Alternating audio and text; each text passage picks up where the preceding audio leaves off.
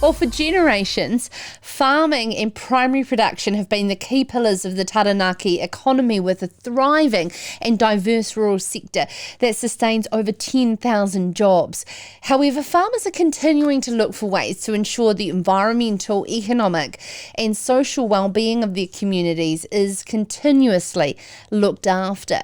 So what is being done on the ground? Well, I have uncovered some fantastic work at a catchment level. And we're joined now by the Taranaki Catchment Communities Chair, Donna Cram. Welcome to Sarah's Country, Donna. It's a privilege to have you here. Now, could you start by telling us how you personally come to be involved? The vision came from, we'd go to dairy environment leaders down in Wellington to the forum, and we were listening to Ewan Matheson and Edwin Marbonga talking about thriving Southland, and we were hearing lots of things, and I come back to Taranaki, and farmers were quite disengaged with what the future was, what was coming at us. And we as Taranaki Dell people knew what was coming at us. And so we had this vision to try and bring the cross-sector. And I'm on an escalator program, and I stood up in front of Sam McGyver and a few others and said I was going to bring this group of cross-sector together. And so I got home and thought I better. So that's how it started. 16 people from hort, beef and lamb and dairy all came together one night, and there was some really robust conversation about whether this was right for Taranaki. And we were in the Dairy NZ rooms with Richard Parks from Beef and Lamb, so it was true cross-sector, everybody, and it was decided we would carry on, and there was a few more discussions and discussions with Thrive in Southland after that too, but so we're here, we're doing it, and farmer-led, farmer-driven.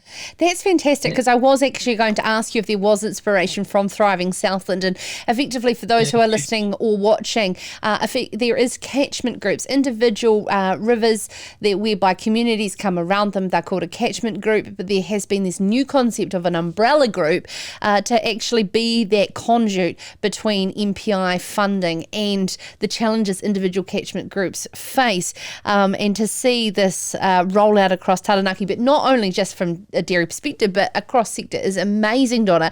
Well done to you. I'm so proud of the work that you're doing.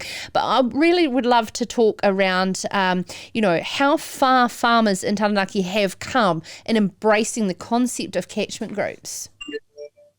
So we've got 13 groups, and it's been really quickly. Like, we've known about it happening for a year, but we only just got funding via Venture Taranaki from MPI about 2 months ago, or November, but we couldn't do anything during summer. So we've been under a bit of time, but we've had our facilitator is Trish Rankin. So she zooms when she gets going, and we've just looked for really strong community groups. So some of these groups are around water and fresh water, but some are communities. And, there's one thing I've learned in all this, and Trish will say every group, community connection was really important. We don't realise, I think, what we've lost lately. And in our group here, we've got 33 farmers in a predator-free group, and we've had some great get-together. The 2 meetings we've had have been really great, and we've got the oldest at 83 and the youngest at 21, and women and men. It's really diverse, lots of new ideas. The young farmers are full of amazing ideas. So it's great. It's good. It's a lot of fun, and it's exciting. I think that is, you've nailed it on the head there, because we continuously within the primary industry formulate silos around groups that we're involved in, but to collectively have it around a geographical location that everyone's passionate about, it's just transformational, isn't it? Yeah. And people trust each other. Those communities, they trust each other. And they might not know everyone, but they'll know some of those people, you know? And so it just starts conversation. And we've got one owner that doesn't live here, but she's been down to 2 meetings, or they've been down to 2 meetings, and they came in on Zoom the other day. They're really passionate about it, even though they can't live here. You know, they're passionate about it. So it's inclusive. It's nice. When you talk about the funding through via Taranaki and from MPI, what are some examples of where that funding's going to? So we've only got initial facilitator funding. So we were given $50,000 to an employer facilitator.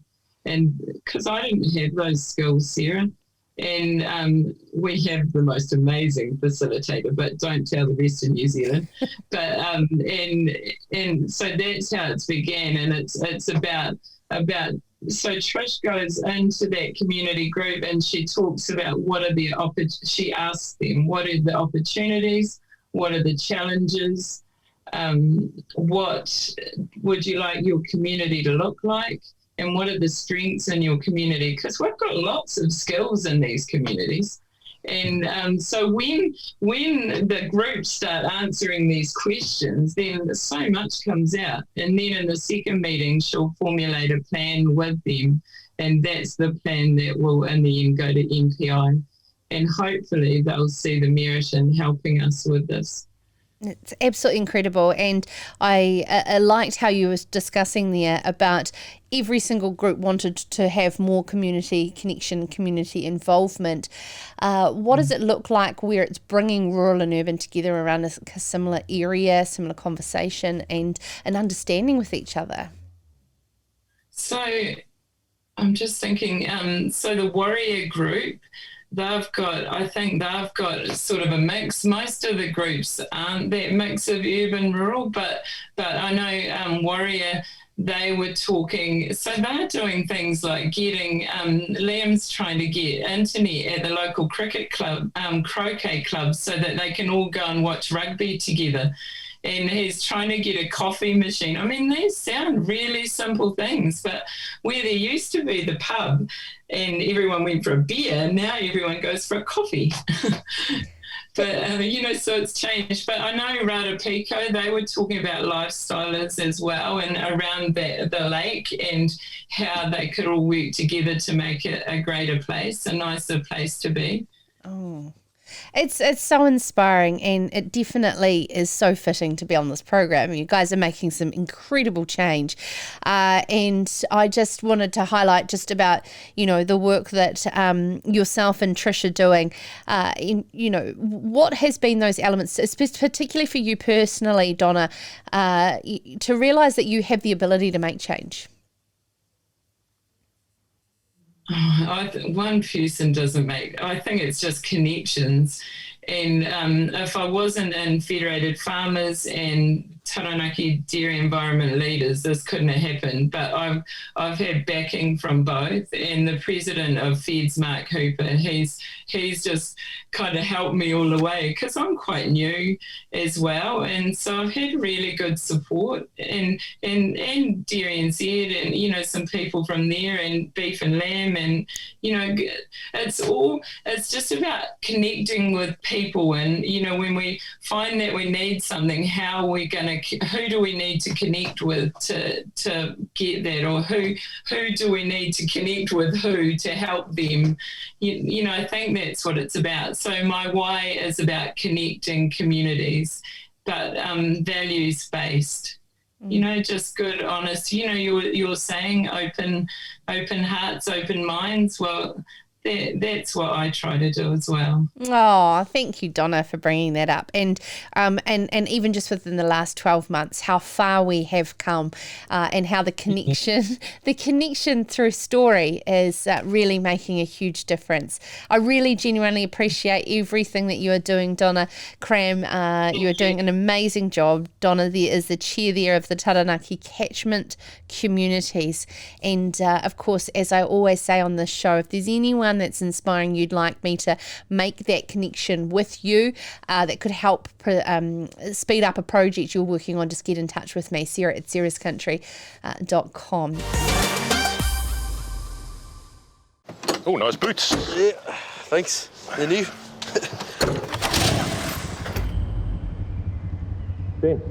Ben, you alright? Oh, yeah, sorry, mate. Just meerkatting pretty hard, eh?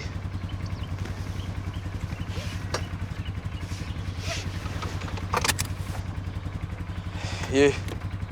I just said to myself, Ben, work hard. You deserve new boots.